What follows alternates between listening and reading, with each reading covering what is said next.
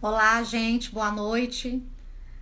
Atrasamos aqui um pouquinho porque eu tava trocando aqui a blusa porque eu fiz uma live agora às 18 e acabou demorando, eu atrasei com algumas coisas aqui. Eu fui ali, é, tava usando amarelo em homenagem, né, ao tema, né, a seriedade do tema que é né, a questão da saúde mental, né, o Setembro Amarelo e, e da prevenção, né, ao suicídio.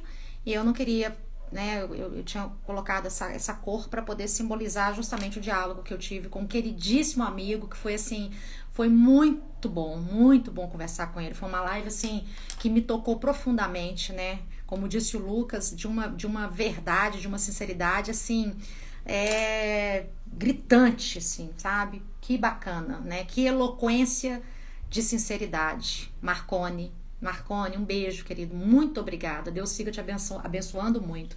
E eu não queria ficar com a blusa amarela porque, é, enfim, aí eu coloquei essa aqui da Princesa Leia, né?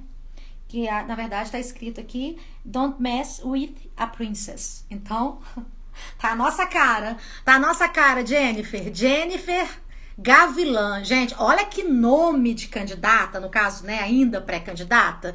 E como é que eu cheguei na Jennifer? Outro dia, alguém comentou com uma pessoa da minha equipe que não se sentia confortável em fazer uma live comigo sem eu ter conversado antes, trocado uma ideia e tal. E eu fiz tantas lives nesse período com pessoas assim que eu nunca vi, né? E foi muito positivo os webinários, né, que eu participei e tudo. E a Jennifer é uma dessas incríveis coincidências, porque eu estava procurando indicação, né, de candidatas pelo Brasil. Eu queria entrevistar, né, conversar, bater um papo, né? É uma entrevista porque eu quero que elas falem dela, né? Então não é uma live só para poder trocar ideia, é para poder falar mesmo das experiências dela. É tão pouco tempo, né? Uma hora só. E aí eu entro em contato com meu queridíssimo amigo Valério Mazzuoli. Eu já tinha entrado em contato com outros amigos de outras regiões. E aí o Mazzuoli fala, eu falei: Mazzuoli, quem é candidata aí? Quem que é candidata aí em Cuiabá? Aí ele falou: olha, eu vou te indicar a candidata. Pera aí que eu já vou conseguir o contato dela. E veio, né? E a gente tá se conhecendo aqui. Vou acenar Jennifer Gavilã, governadora do estado, né? Jennifer Gavilã. Que sobrenome é esse? Eu não conheço, inclusive, né? É... Tudo bom, querida? Olha que Tudo bem? mocinha. Aí eu conheço essa Oh, mocinha. meu Deus. Eu conheço essa mocinha tão jovenzinha que eu vi, né, na foto, e ela falando: ah, Maria, eu tô começando um trabalho e tal. Lá atrás a gente conversou, ela falou: eu tô construindo e tudo. E agora, na véspera da live, é que eu descubro que ela é professora, como eu, né? E ela é pesquisadora na área de sociologia. Então, assim, aí eu fiquei em casa. Eu Uhum. falei assim: ah, gente, a gente nunca conversou, mas nós vamos confabular aqui, trocar mil figurinhas. Nós somos da mesma tribo, professora batendo papo. Sim. Não tem como dar errado. Ontem eu estava conversando com um amigo meu, que na verdade é me orientando, mas é amigo, porque já está muito amadurecido para poder falar que é orientando, fica sem graça, não pode falar não. A gente estava conversando dentro do carro, nós dois parados na porta da casa dele, e aí o porteiro do prédio veio pegar uma comida lá do entregador. E aí, na hora que ele saiu do carro, porque o porteiro não tinha visto a gente direito, ele me ligou morrendo de rir, me mandou mensagem dizendo o seguinte: que o porteiro, quando viu de longe, achou que tinha duas pessoas se comunicando por linguagem simbólica, de tanto que a gente gesticulava. E aí que ele não imaginava que era eu. E eu falei assim: querido, são dois professores conversando. A gente não dá conta de falar só com a Uhum. boca, nós tem que falar com o corpo inteiro, e tem que gesticular, e derrubar as coisas. Muito Sim. obrigada de você ter aceitado falar comigo, porque eu estou agora conversando com uma candidata, pré-candidata, do centro do nosso país, e eu estou muito feliz de ter conseguido chegar até você e você ter aceitado bater um papo comigo para poder falar da sua vocação política e como que você chegou na política, ou a política chegou até você. Muito obrigada. Uhum. Nossa, eu que agradeço. Tá conseguindo me escutar perfeitamente? Perfeitamente, perfeitamente. Ah, tá. Boa noite a todos e todas. Eu que me sinto muito honrada desse convite ter chegado de Minas Gerais até mim. Enfim, fico muito feliz de você estar com essa proposta, de estar conversando com mais mulheres. estimulando, dando visibilidade. Como eu te falei, você está conversando com mulheres de várias camadas sociais, né, com várias trajetórias diferentes, vários níveis de instruções. E isso é muito bom, a gente falar um pouco da nossa trajetória, o que nos motiva na política, né? Quais são os nossos ideais, nossas lutas. Então, eu me sinto honrada de estar aqui. Para quem não me conhece, novamente, eu sou a professora Jennifer Gavilan, daqui de Cuiabá. Eu pareço mocinha, mas nem tanto. Eu tenho 31 anos já e tenho filho. É uma moça. E... Se você falar que você é Nossa. mocinha, eu vou brigar, porque eu tô com quase 50, ainda tô me sentindo moça, viu? Não faça isso com as mulheres. Não, mas a gente se sente assim mesmo, né? Mas é porque a gente sabe que às vezes esse estereótipo de jovem tem vantagens em alguns momentos e tem desvantagens em outros, né? Então, às vezes é bom falar a idade para aqueles que já têm muito preconceito com juventude. Sim. Na pesquisa, enquanto você não tem cabelo branco e óculos fundo de garrafa, você não está preparado para conversar. Esse Gavilan vem de onde? Eu fiquei curiosa, nunca vi esse sobrenome. Meu pai era paraguaio. Mas assim, como muitos no Brasil, eu tenho lembranças dele não mais do que na quantidade de uma mão, né? Então, dos dedos de uma mão. Então, aos 6 anos minha mãe morreu. E depois disso eu nunca mais vi ele.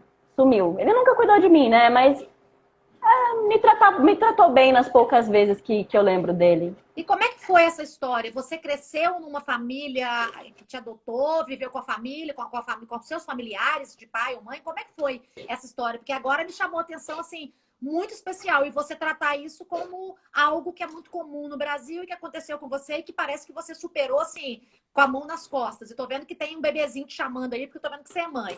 Então, a gente quando se torna mãe, a gente já larga aquelas coisas de filho tudo para trás. A gente começa a assumir um outro papel, né? E eu falo que eu tenho me tornado cada vez mais a minha mãe. É impressionante. A Elise Regina falou isso, que quando a menina dela nasceu, ela viu ali a mãe dela, era a mãe dela com a menina dela. E realmente a gente vai se tornando, quanto mais velha, vai vendo tantos trejeitos e tanta coisa da nossa mãe na gente como mãe. Então, como é que claro, todas as preocupações. Como é que sim. Então, eu nasci em Cuiabá mesmo quando minha mãe era muito jovem, né? Ela morreu num acidente, indo para alguma festa, numa outra cidade aqui perto, que tá pegando fogo, na verdade, também, Chapada dos Guimarães. É o point da galera daqui de Cuiabá também. Eu tive lá. Né? Quando ela estava viva, minha avó sempre cuidou de mim. Mas aí ela morreu num acidente trágico quando eu tinha 6 anos. E aí, desde então, aí meus avós assumiram a guarda. Meu avô, que não é de sangue, né? O segundo casamento da minha avó. Então, sempre cuidaram de mim. Pessoal de família humilde. Nunca passei fome na minha vida. Meus avós nunca deixaram. Minha avó, a costureira, sempre batalhou bastante. Meu avô trabalhou de segurança, está aposentado agora. Minha avó morreu em 2015. Agora não tenho... Não posso balbuciar essas palavras, nem mãe, nem vó. Pra mim isso às vezes me pega emocionalmente, mas agora eu sou a mãe. Tem alguém pronunciando oi. Perto de você e muito. Sim. Dá oi pra tia ali, Duhan. Oi. Quem que é esse? É o Duhan, meu filho. Você só tem Duhan. ele? Você só tem ele? Só ele. Ô, gente, mãe é assim, tá na pré-campanha, batendo um papo na live, tá pegando colo, tá beijando, daqui a pouco vai correr, vai pegar uma água, é impressionante. Por isso nós precisamos de mais mulheres na política, nós precisamos mais de afetividade na política. Racionalidade, competência, mas também essa afetividade e essa forma, né, de fazer tanta coisa junto e dar conta e resolver. Isso é muito de mulher, eu acho. Tá muito em voga hoje em dia nas escolas e que até uma das propostas, das pautas assim que eu também endosso, a tal da inteligência emocional, né? Que muitas vezes se valoriza muito o grau de instrução, mas não sei se você acho que já chegou de ver o Pierre Bourdieu, né? Ele fala muito das dificuldades das camadas mais populares de se avançar nos estudos, de ter um capital cultural considerado legítimo, né? Na academia, na escola. E por quê? Porque já passam por vulnerabilidade econômica. E aí muitos passam também problemas no seio familiar, que mais? Problemas na família e falta esse capital cultural para muitas das camadas populares, né? Principalmente há uns anos atrás. Hoje já está mudando um pouco, né? Sim. Mas e quando o indivíduo chega na escola, vindo de uma família que não tem o hábito de valorizar o estudo na sua prática, né? Sim. Então, esse indivíduo, essa criança já vai chegar com mais dificuldade de se desenvolver autonomamente nas escolas. Então, trazendo um pouco, eu acho, desse projeto, dessa proposta de inteligência emocional nas escolas, eu acho que já pode contribuir para muitas crianças que podem estar enfrentando muitas dificuldades dentro das suas próprias casas. Então, a escola tem que ser um outro espaço, uma outra alternativa de desenvolver, de fomentar a autonomia nas crianças, de dar as habilidades emocionais para que elas possam desenvolver com um pouco mais de autonomia no conhecimento e em outras práticas sociais também. Eu tô vendo que você está falando disso com muita convicção e com muito vigor, assim, com muita empolgação. É uma bandeira sua? É uma bandeira, inclusive, de campanha? É algo que está dentro do seu traçado de propostas políticas e que te inspira a fazer política? A educação é uma das minhas pautas principais, né? Aí as propostas, os projetos de inteligência emocional, que na verdade já existem também no município, o Augusto Cury desenvolveu, Escola da Inteligência, tem os materiais que distribuem, acho que é a nível nacional também. Aqui no município a gente acatou essa proposta. E aí meu filho também estuda em escola pública. E então, eu acompanho isso, ainda mais agora online, eu vejo as propostas que as professoras realizam com ele. Então, eu acho super bacana essa troca. Eu estou conhecendo um pouco mais das metodologias e estou achando interessante esse desenvolvimento de habilidades emocionais, de aprender a não se irritar muito, a tentar segurar um pouco os seus sentimentos, ou aprender a expressá-los também, que é importante, o que você está sentindo, pôr para fora, resolver, né? O problema não é anular também os problemas, mas como resolvê-los. Está sendo bem bacana. Então, a educação é uma das minhas pautas. Eu estudei, inclusive, lá no mestrado, isso daí, em Sobral. Sim. Práticas Boas, que é o município com os melhores índices, né, de educação no Brasil. Pois é, você se formou em sociologia. Como é que é a história? Quer dizer, você saiu de uma família com, né, com condições precárias e conseguiu se superar. Ou seja, aquilo que você está dizendo que era necessário você ter, que é a acessibilidade, né? Você não teve, ou ao menos dentro de um padrão esperado, mas você é uma professora e teve a sua formação. Como é que foi né, essa conquista na sua vida e que você traz agora para a política, né? Toda essa bagagem? Então, eu agradeço muito, até me emociono. Cada etapa da minha vida, assim, de avanço, cada discurso que eu vou fazer em formaturas, no ensino médio, na graduação, eu sempre lembro da minha avó sempre esteve presente em todos eles.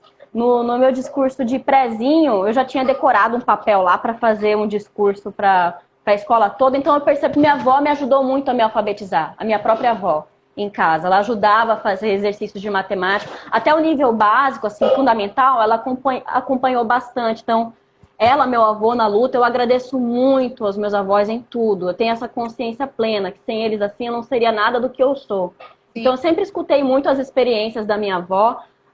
A gente cresceu na religião católica, né? Eu cumpri todos os ritos lá do catolicismo, menos o casamento religioso, que não foi na igreja. Mas depois eu deixei de frequentar a igreja. Hoje em dia eu já não me considero tendo religião alguma, mas tenho a minha fé. Então, mas essa base cristã que ficou da igreja, dos ensinamentos da minha avó, na verdade, mais do próprio exemplo da minha avó de humildade, de perdoar, de ter consideração ao próximo, tudo isso me marcou bastante. Então, hoje eu percebo exatamente a ligação das minhas visões políticas com a minha avó, com essa base cristã que muitos brasileiros possuem, mas é a base do amor, da ternura, da solidariedade ao próximo, e não ao ódio, à vingança, o Deus da vingança, né? Sim. E, enfim, essa base cristã tá bem forte em mim. Então, a minha avó sempre estimulou para o estudo. Teve uma vez que eu estava no ensino médio, eu cheguei de ver alguns colegas fazendo estágio, eu falei, vó, será que eu poderia fazer estágio? Ela, não, você tem que estudar. Então, ela não permitiu, assim, que eu trabalhasse para que eu focasse no estudo. Então, eu consegui passar na escola técnica federal, eu Na época, quer dizer, era o Centro Federal Tecnológico, não era mais ETF, o Cefet, era Cefet, aqui em Cefet. Mato Grosso. Aqui em É. BH nós temos o Cefet. Todos os alunos do Cefet, ex-alunos, amam o Cefet. Meu marido estudou, fez técnica em edificações no Cefet. Nós precisamos ter mais Uhum. Cefetes no Brasil. A Alemanha se tornou uma Sim, potência porque espalhou tipos de Cefet pela Alemanha inteira. Esse bacharelismo para poder chegar no mercado de trabalho e não ter aqueles qualificativos para ser absorvido pelo mercado, poder ficar acadêmico, nós precisamos dar o passo no sentido de trazer mais Cefetes, né, para o Brasil. Mas você com fez certeza, que a proposta. Não, não cheguei eu estava na escola técnica, mas eu não cheguei necessariamente de fazer o curso técnico. Mas peguei algumas matérias de metodologia de projeto, relações pessoais. Aí um ano depois é que a escola acabou fazendo cursos integrados. Minha prima pegou essa época, fez secretariado, então aliou o ensino médio com o secretariado. Mas eu adoraria se tivesse sido assim também, o ensino médio técnico integrado também na minha época. Mas deixa eu também fazer mérito aqui, é uma escola de ensino fundamental, particular,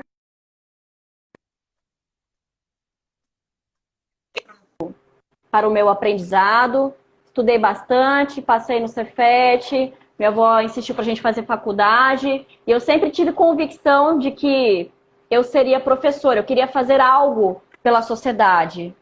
Eu queria me doar para a sociedade.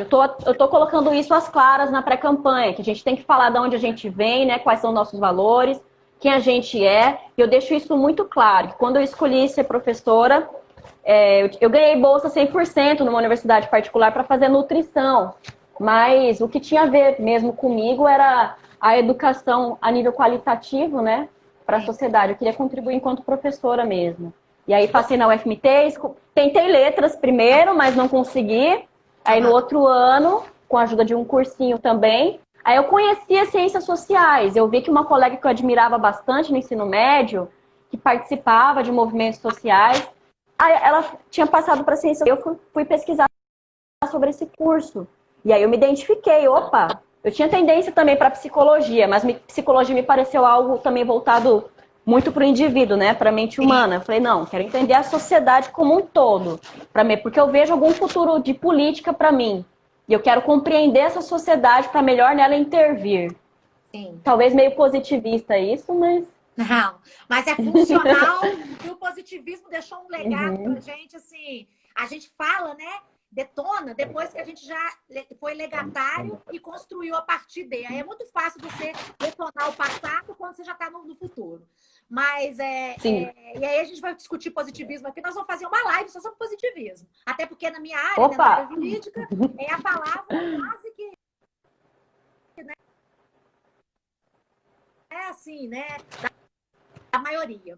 Mas eu quero te fazer uma pergunta que fizeram para mim outro dia nesse negócio, mas esqueci o nome, gente, podcast.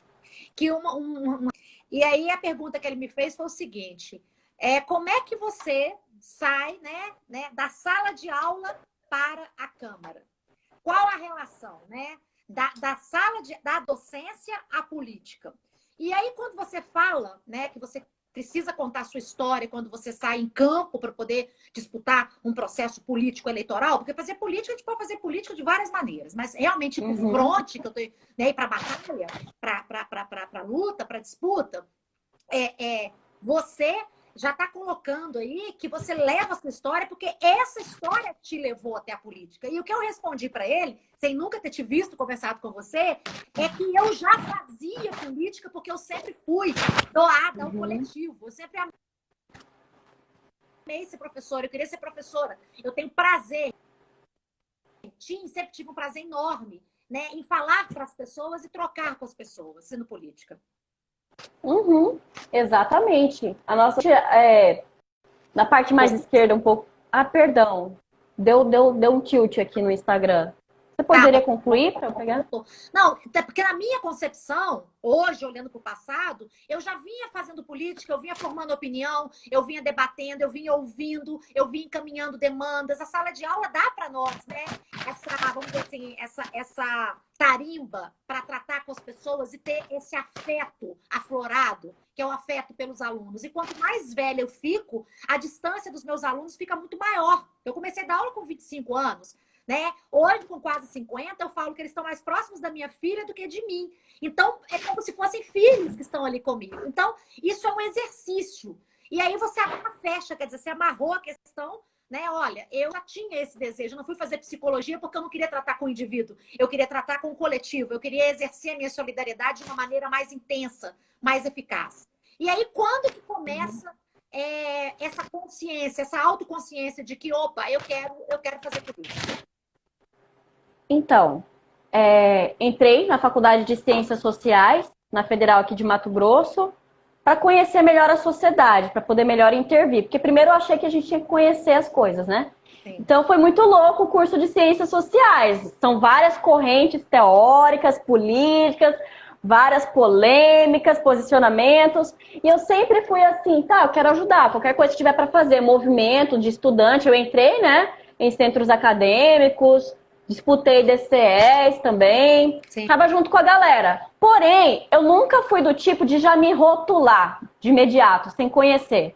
Então, eu acabei de entrar no curso. Então, entrei em contato com alguns colegas anarquistas. Aí comecei a ver, uns amavam Marx, outros já começavam a rotular os outros, muito weberiano, conservador, Emile Durkheim. E o Emile Durkheim nem é tão conservador assim, hoje em dia eu percebo como o pessoal falava lá atrás.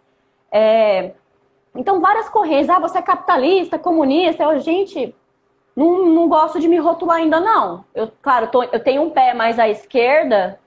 E eu achava estranho, assim, eu tinha um colega que eu gostava tanto. Ele era considerado de direita pelos colegas de esquerda. É o meu colega Caio Bicum. O pessoal chamava ele de pelego. Dava uns berros, umas brigas, assim, dá na cara. E ele sempre tranquilo. Eu falava, gente, que esquisito, pra que isso? Pelego porque tá mais do centro, quer encontrar uma forma de mediar. Aí me chamavam desde aquela época de uma pessoa que fica em cima do muro. Mas hoje em dia eu já vejo que esse meu jeito de ficar em cima do muro na época, aparentemente, era em geral prudência. Porque eu queria conhecer. Os autores que eu passava a conhecer nas ciências sociais, eu gostava de todos. Falei, nossa, o Karl Marx analisa muito bem o capitalismo, faz sentido o que ele está falando. Nossa, o Emile Durkheim também analisando as instituições sociais. Nossa, o Max Weber analisando a burocracia, as ações dos indivíduos, bem interessante. Eu gostava de todos, sabe? Então eu queria conhecer mais. Falei, eu preciso conhecer mais antes de me autorrotular. E foi passando-se o tempo, né? Eu conheci o meu atual esposo, a gente foi para Pelotas, eu concluí o curso aqui. Ele quis mudar os ares, né? Ele tinha passado no FMT aqui, mas quis fazer uma outra área de conhecimento que tinha só lá na Federal de Pelotas, epistemologia. Mas depois ele nem ficou na epistemologia, foi para a sociologia do trabalho. Aí eu também pude, nessa dificuldade que a gente teve lá, de sobreviver com bolsas também, de assistência, e eu passei no mestrado de sociologia do trabalho, e aí meu tema era educação. E aí meu esposo me incentivou muito, como sempre, até hoje, ele é o máximo, ele me incentiva muito. E tive todo o apoio dos professores também lá da Federal de Pelotas, dos colegas. A gente teve o filho, eu comecei, na verdade, já tinha ficado grávida antes, durante o processo seletivo.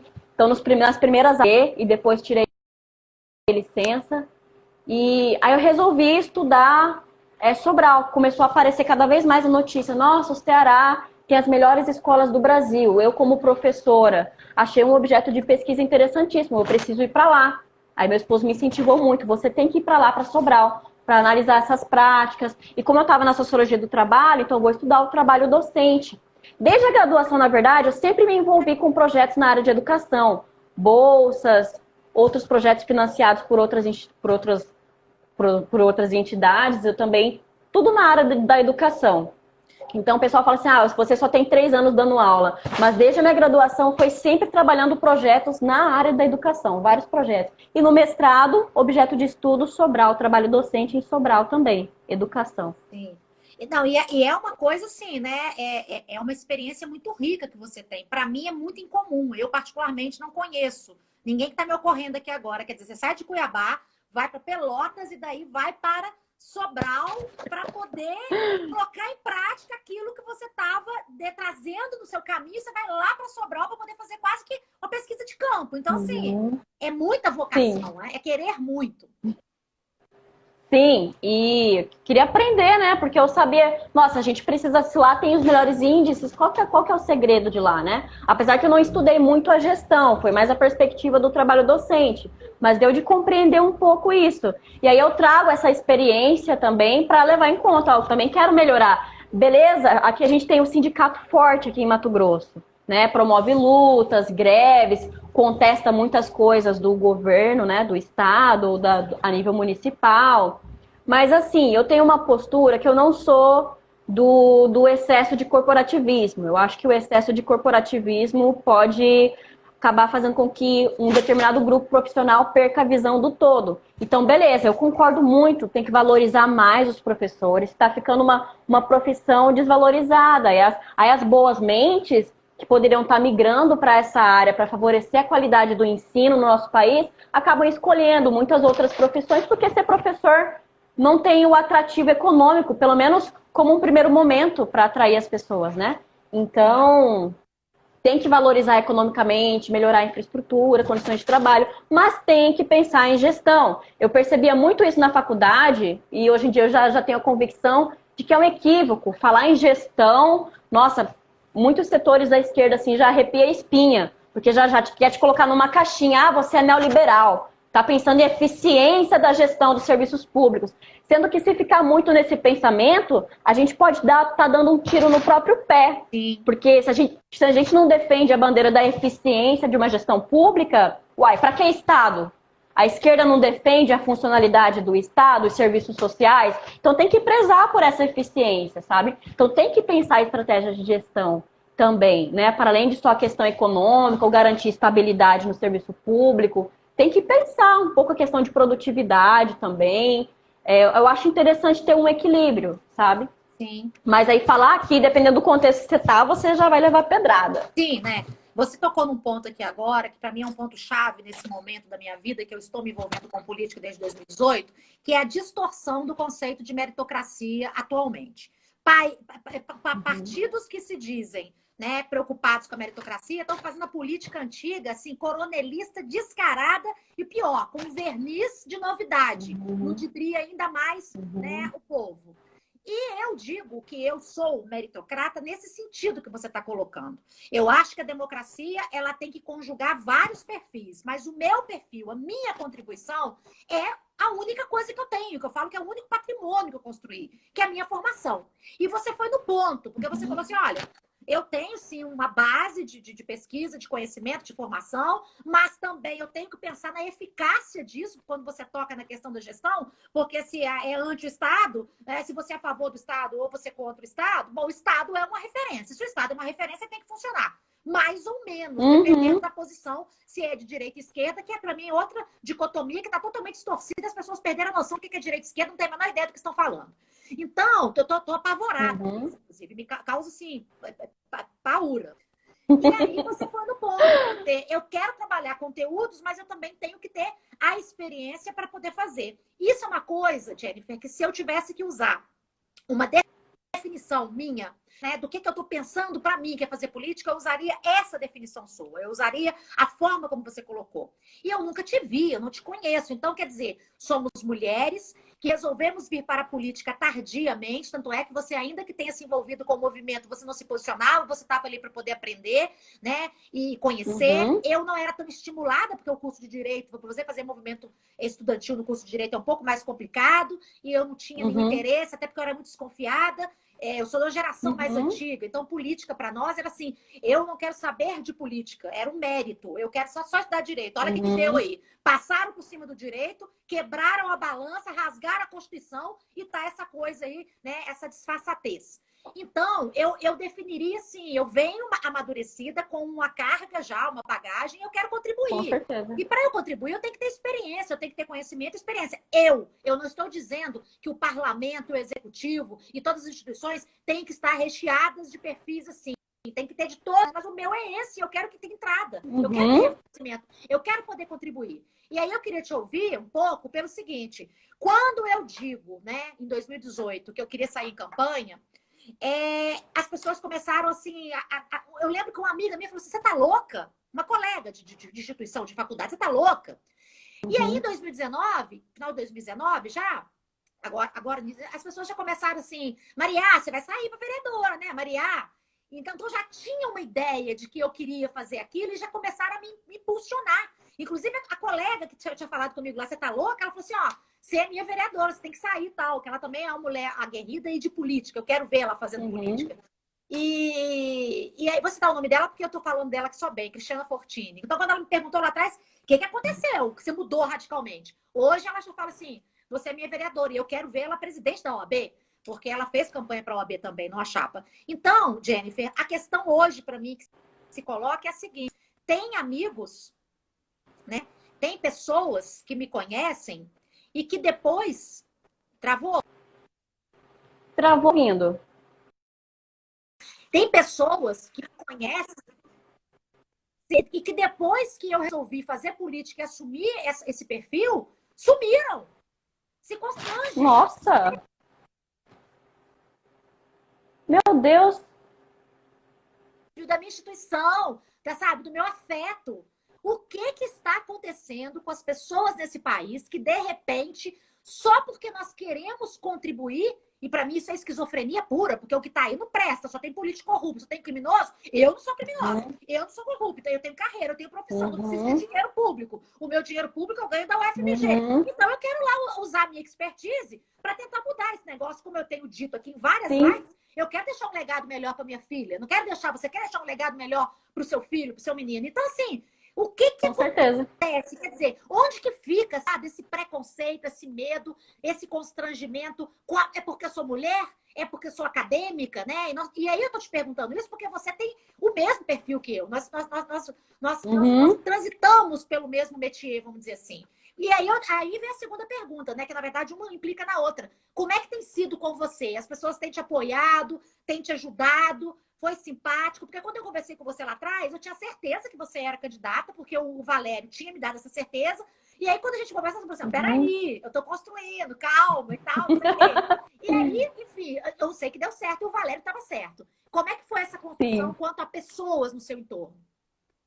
Ah, tá. Então, acabei não... Acho que você tinha perguntado como é que foi para eu decidir, né? Entrar na política. Eu vou finalizar, que eu acabei me esquecendo. Vou complementar. Então, eu fiz o mestrado e eu acho que as eleições de 2018 nos marcaram muito aqui no Brasil. Então, essa decisão minha... Eu sempre senti assim, vou participando de alguns movimentos aí. Eu sempre fui mais independente. Nunca me fixei a nenhum grupo específico. Então, vai ter um ato para os professores, não sei aonde. É uma pauta que me interessa, eu posso ir, eu concordo, eu vou. Então sempre foi assim, independente. Participava dos atos quando achava que devia, quando eu concordava. Nunca me preguei com algum grupo. Mas nas eleições de 2000... Então eu sempre senti assim, mas uma hora eu vou estar consolidando melhor a minha ideologia. E hoje em dia eu já tenho claro, na verdade, a minha posição ideológica. Então, a partir das eleições de 2018, que a gente viu a rachadura do Brasil por completo a nível ideológico, tomando proporções gigantescas, principalmente a partir das redes sociais, né? A forma como a gente estava debatendo. Se não é indiferença, que na verdade eu até compreendo, eu sei mas é difícil exercitar esse rancor das pessoas com a política quando ela vem pra você, pra gente, né? A gente compreende, mas ao mesmo tempo é difícil, porque a gente quer que as pessoas nos deem, como que eu posso dizer, uma chance de esperança, né? Uma chance de esperança. Eu não sou as mesmas pessoas que estão ali, né? Então, no mínimo, a gente deveria apostar por renovação. Mas, enfim, e aí eu tenho meus colegas anarquistas que ficam estimulando as pessoas a não votar. Aí mistura tudo isso, né? A indiferença das pessoas. Uns estimulando as pessoas mais ainda a não querer saber de política, achar que é só lugar de tramóia. Eu compreendo toda essa raiva, mas tem que mudar. E eu acho que isso tem mudado. A partir do momento que nós, cidadãos comuns, né, seja em diversas esferas do trabalho, não tem família de carreira política, ou não tem grandes proporções de dinheiro, a gente quiser ocupar esses espaços, a gente tem legitimidade. Então, tem que ter sabedoria para construir isso com a população, mas rola muita frustração. Mas, enfim, então, as eleições de 2018 foi um marco para cada vez mais eu querer me inserir na vida partidária. Porque eu comecei a pensar, eu sou a favor, eu tenho amigos anarquistas, mas eu não penso como eles. Eu gosto quando eles travam a luta junto com a população, fazendo as coisas com a população no bairro. Porém, só ficar nessa metodologia não é suficiente. Abandonar o espaço para os ratos, para os ambiciosos, para os corruptos, não vai adiantar nada. Se o Estado é o que tem a força armada, é a força bélica, é o que tem poder, e a gente abandona esse espaço de disputa, então a gente nunca vai conseguir nada. Você pode até construir alguma coisa aqui com a base, mas como não se tem... O Estado é o detentor da força bélica, é o detentor do poder econômico também, em parceria com algumas grandes empresas, né? E então sempre vai ser reprimida. Essa vontade popular precisa ser conciliada com uma representação institucional digna dela. Então, essa representação se faz com pessoas. Então, a gente tem que ocupar esses espaços de poder, usar o poder em benefício do povo. O poder não é ruim, não. O poder não é só para oprimir, o poder é para construir, para influenciar coisas boas na sociedade, coisas benéficas para o conjunto da sociedade, para o bem comum, né? Estimular as pessoas a trazer vida digna. Então, eu me defini assim, eu sou democrata, também não penso numa revolução com o pessoal. Eu já cheguei a romantizar isso no passado, mas hoje em dia eu já não acho romântico. Porque é revolução que muda a sociedade, revolução com sangue e tudo para transformar. Não, eu não quero sangue, não. Meu filho correndo risco de proporções gigantescas, eu não quero, não. Eu quero os caminhos democráticos, o máximo que a gente puder. O máximo que puder defender a democracia, o debate, o diálogo, né? O respeito às ideias. A gente vai estar no caminho certo e mais seguro para todos. Então, sou social-democrata e eu gostei muito dos posicionamentos.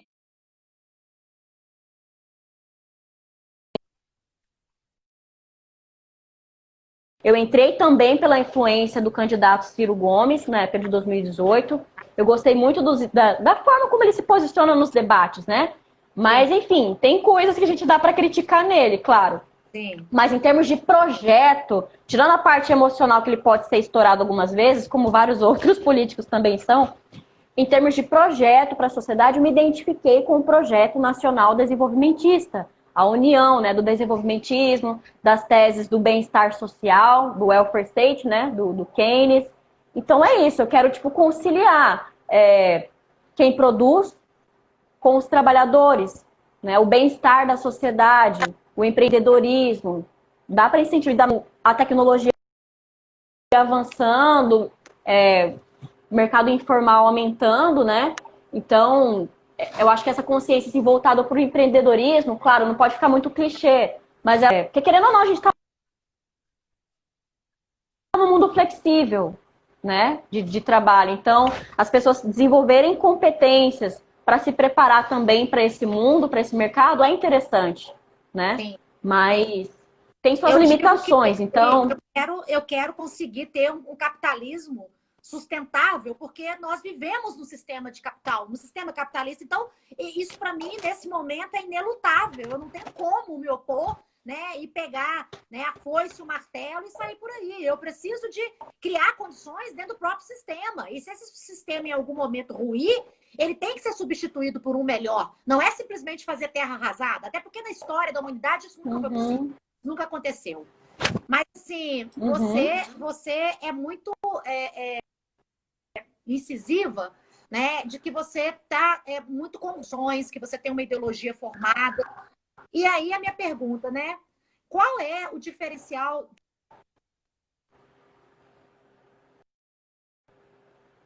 né, no pleito de 2020? Em 2018, para mim também foi um divisor de águas e houve para mim essa rachadura, essa fissura que já lançou a população da apatia à violência, ao ódio, e nós precisamos de temperar, nós não podemos ficar nesses extremos, nós precisamos dialogar. E isso foi foi um dos meus propulsores. Qual que é o diferencial assim que você tem, que você acredita que você tem para poder contribuir com a evolução do estágio que nós estamos na política no Brasil, com tanto assim, com uma falta de perspectiva, sabe? Com tanta desconfiança, né?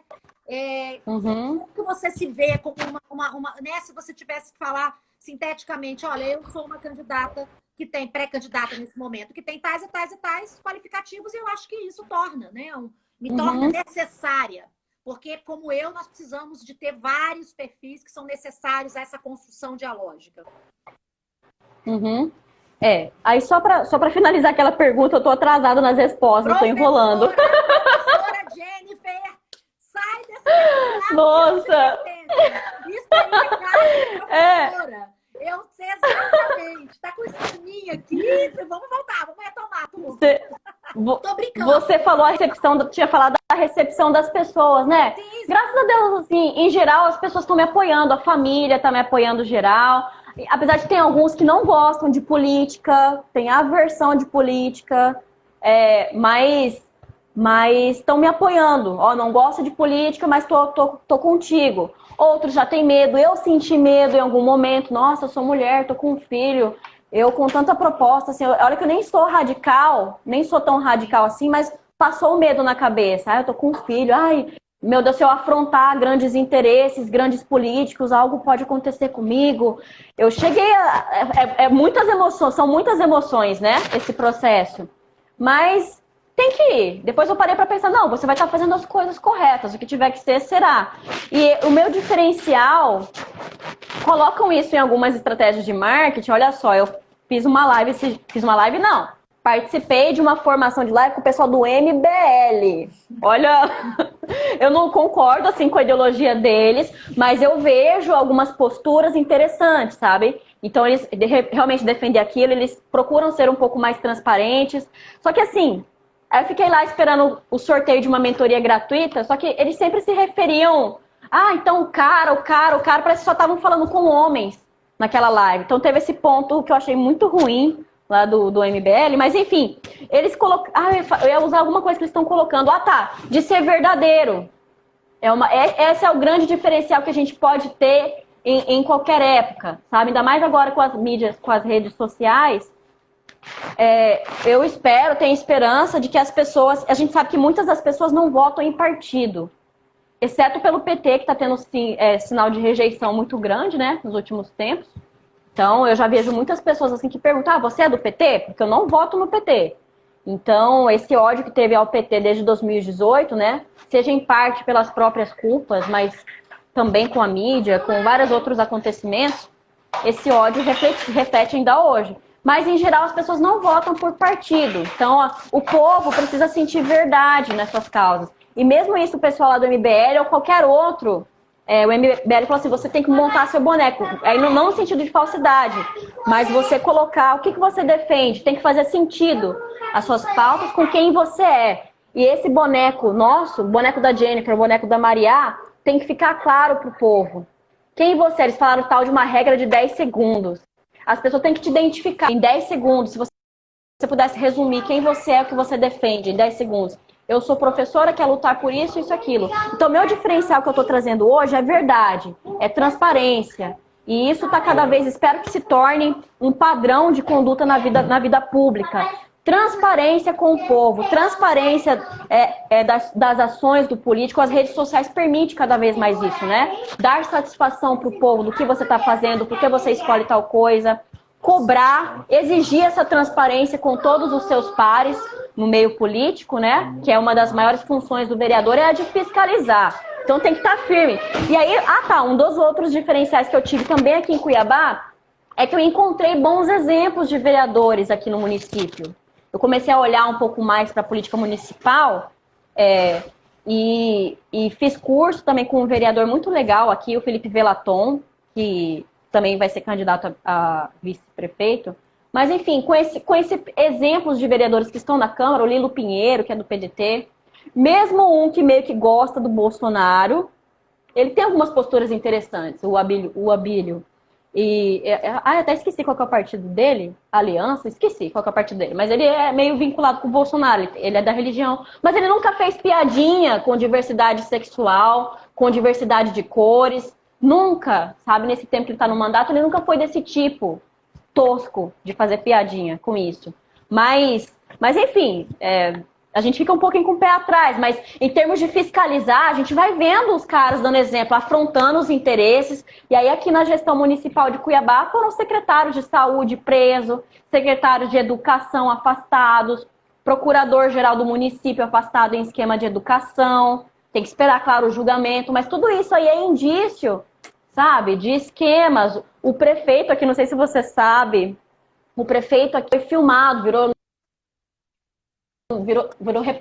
reportagem do Fantástico, colocando, deixa eu colocar um termo menos polêmico, colocando dinheiro no paletó, sabe? Perguntando se tinha mais dinheiro para ele ainda. Ele foi colocando dinheiro, foi gravado isso. Aí depois se torna prefeito. Então teve uma oposição muito forte ao prefeito do Manoloco. Nessa oposição no que tange a moralidade do trato com o dinheiro, mais aceitar o rouba, mais faz. Ele é simpático, ele é carismático, conversa com todo mundo, é meio que humilde, mas não adianta, a gente pode ser mais exigente. Não adianta o cara te dar uma mão e te dar uma rasteira depois, né? Então a gente pode mais, a gente pode exigir mais dos políticos aqui. Então, todo esse contexto também municipal me motivou a olhar com mais atenção, a se sentir mais engajada para se motivar as questões. Então, essa luta contra a corrupção, então, outro diferencial, já que a gente está prezando por transparência, ser mais transparente é inibir a corrupção, cada vez mais. Então, aí eu percebi assim, que o pessoal da esquerda sempre, a pauta da corrupção é pauta de direita. Eu entendo que na história, regime militar, as classes médias altas, não sei, sempre levantou essa bandeira de Deus, família, corrupção, para se defender do suposto comunismo, né? Eu entendo que essas foram bandeiras levantadas pela direita, mas isso está disseminado na população. Por que a população tem ojeriza política? Por causa dos escândalos de corrupção. Mas é mais má gestão do que corrupção. Não importa, porque a política é feita de pessoas, e a partir do momento que a gente vê, o povão começa a ver só pessoas de tramóia, defendendo seus próprios interesses, cria-se ojeriza, indiferença, apatia, achar que nunca vai mudar, aversão. Isso é ruim. Por isso que essa bandeira de corrupção tem que ser colocada às claras. E aqui, analisando o município, eu percebo, assim, alguns partidos mais de esquerda que não se posicionam em relação ao atual prefeito, aos escândalos dele. Então é muito estranho isso, sabe? Eu fico observando as omissões também. Opa, como assim? Se é do povo, Partido dos Trabalhadores, por exemplo, e não menciona nada do escândalo do prefeito, sabe, com dinheiro público, enfim, é muito estranho.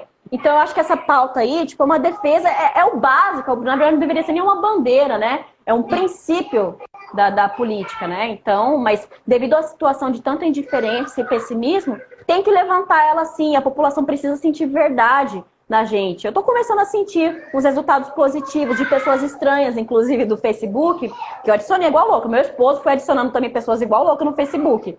Pandemia, né? Não tá saindo. Aí foi adicionando todo mundo da educação. Eu falei, amor, não faz isso, meu Deus. Mas aí foi legal. Depois eu fui mostrando minha página para as pessoas. Vou mandando de pouquinho em pouquinho os convites. A gente vai se conhecendo. Então eu tô tendo um retorno até legal. Claro, muitos não estão nem aí, não dão a bola. Mas os retornos estão sendo interessantes. Então é isso, o diferencial é a transparência, é verdade, eu quero estar junto do povo, quero um mandato colaborativo, quero lutar pelo bem comum, mas também desenvolvimento econômico para o nosso município. Sim, eu faço das suas minhas palavras, porque nesse período de redes sociais, né, de vida na nuvem, as máscaras vão começar a cair, porque a verdade fica muito escancarada, você não tem mais dificuldade ter acesso às fontes, né? Então, essa política de situação, que não se posiciona, que não coloca... Eu acho que isso vai acabar. Vai ter que ser verdade, vai ter que ser transparência, porque nós não aguentamos mais ter uma cara para poder pedir voto para gente, para poder, né, prometer, né, subir no palanque e depois, quando entra para o gabinete, tchau, fechou as portas e não tem mais nenhum diálogo. Então, essa coparticipação da construção das pautas é algo que eu também tenho muito forte no meu perfil. A gente está quase caminhando para o final, e você tocou numa questão interessante. Eu nunca tive medo, desde 2018, mas semana passada, pela primeira vez, eu tive medo. Porque eu comentei com a pessoa que vai ter a paralisação dos motoristas de aplicativos aqui em Belo Horizonte. Então, eu vou subir no caminhão para poder falar e tudo. É a primeira experiência da minha vida. A pessoa virou e falou assim: você não tem medo, não? Olha o caro. Aí eu fiquei preocupada. Eu falei, putz, tem uma filha, né, de 13 anos. Eu vou me envolver com Uber? Olha que coisa, né? Isso não é coisa pequena, não. Isso aí é desespero. Mas, enfim, vamos digerindo. Eu queria te fazer uma pergunta. Porque você me inspirou tanto, que eu aprendi tanto com você, eu fico tão feliz de ter uma mulher na política como você. Eu queria tanto dividir o nosso. E que bom, menina. Deu um tilt aqui. Eu ter feito essa live com você. Que felicidade. Eu te agradeço demais. Eu tinha só mais uma pergunta para te fazer, caminhando no final. A gente vai se despedir. Pode fazer. A minha maior Força aí, Maria. A minha maior dificuldade, Jennifer, é pedir voto, porque parece que encarna em mim todo esse mal que a gente está querendo exorcizar. Como é que você faz para poder pedir voto? Porque professor não pede. Ele tem mérito, ele faz concurso, ele faz prova, ele aplica prova. Como é que você põe lá a cara, o boneco e fala assim, vota em mim? Que é uma dificuldade que eu tenho. Por enquanto, a gente ainda não pode fazer isso, né? Só depois do dia 27. Sim. Mas é se apresentar com verdade, Maria. Não tem outro caminho.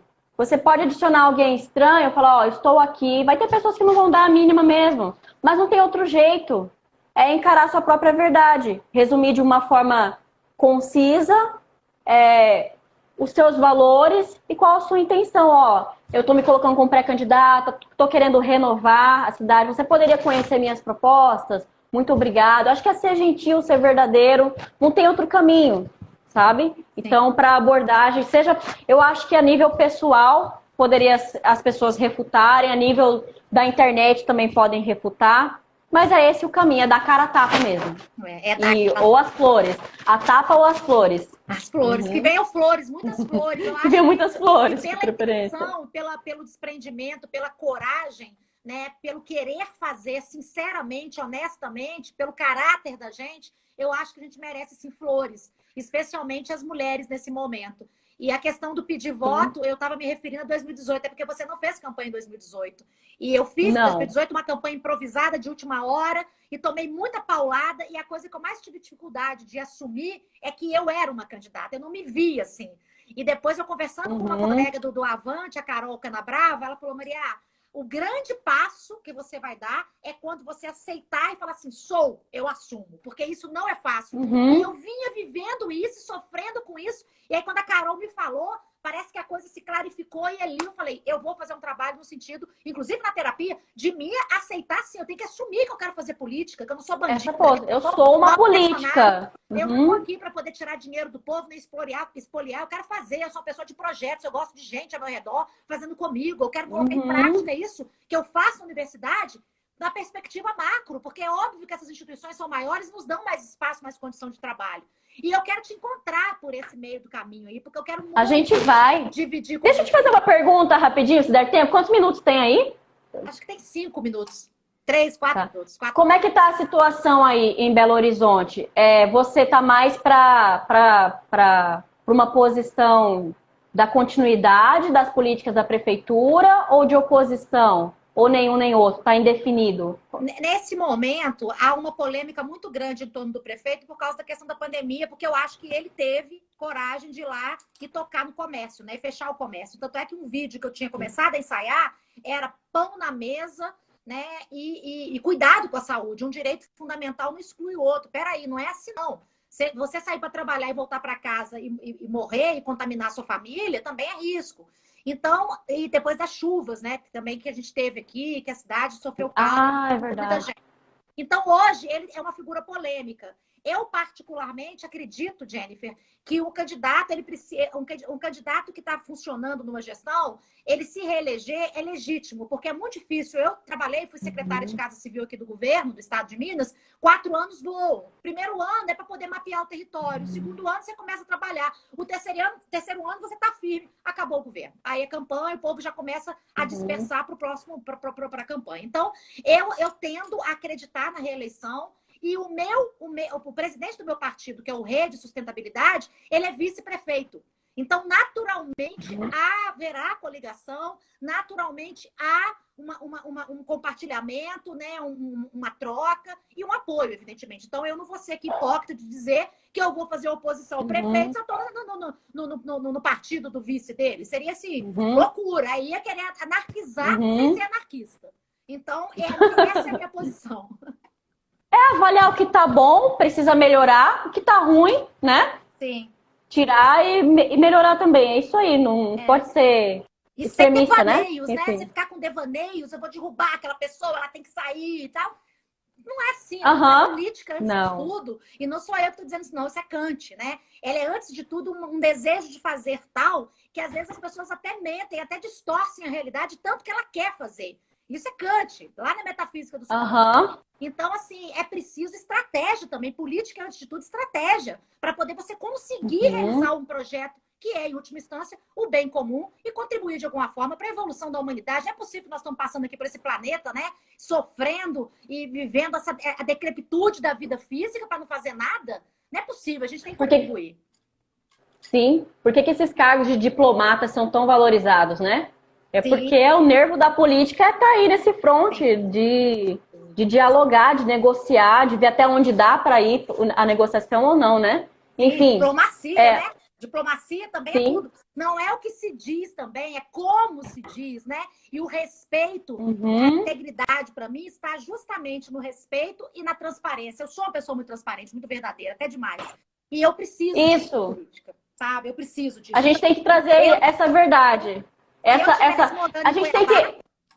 Se eu vivesse em Cuiabá, você era a minha candidata, porque a sua bandeira é a minha bandeira. Eu votaria em você e daí você. Vou fazer campanha pra a recíproca é verdadeira, a recíproca é verdadeira. E a gente vai se encontrar. Eu sou sua cabo eleitoral. A partir do momento que a gente puder pedir voto, você pode saber que eu sou sua cabo eleitoral. Tô firme com meu amigo. Eu sou fã. Então, que ótimo. Aí para trabalhar comigo aqui à distância. Querida, muito que ótimo. A gente vai fazer a live de eleitas, viu? Se Deus quiser, né?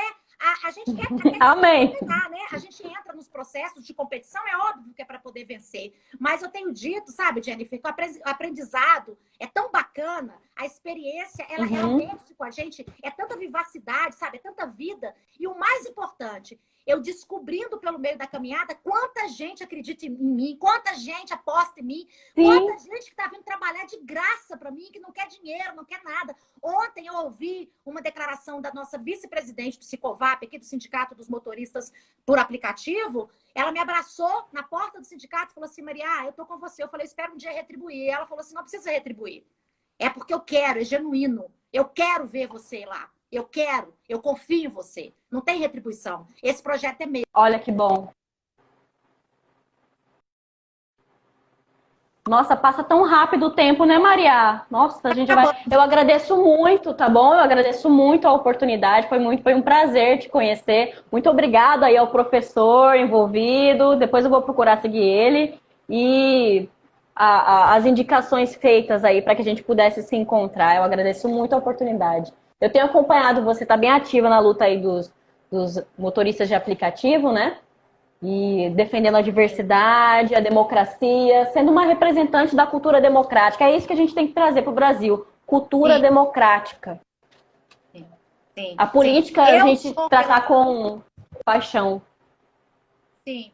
Eu sou pela social-democracia. Eu só lamento que a esquerda no Brasil não tenha conseguido chegar até lá, né? Como eu vi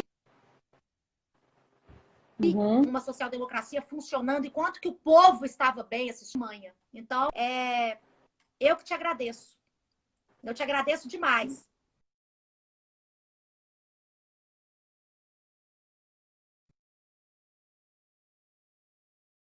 Gente, tá bom? E eu espero aí que a gente se encontre numa próxima. Então, agora voltou. Sim, querida, Deus te Tá dando um abençoe tilt muito de vez no em seu quando. caminho. Eu quero te ver vitoriosa.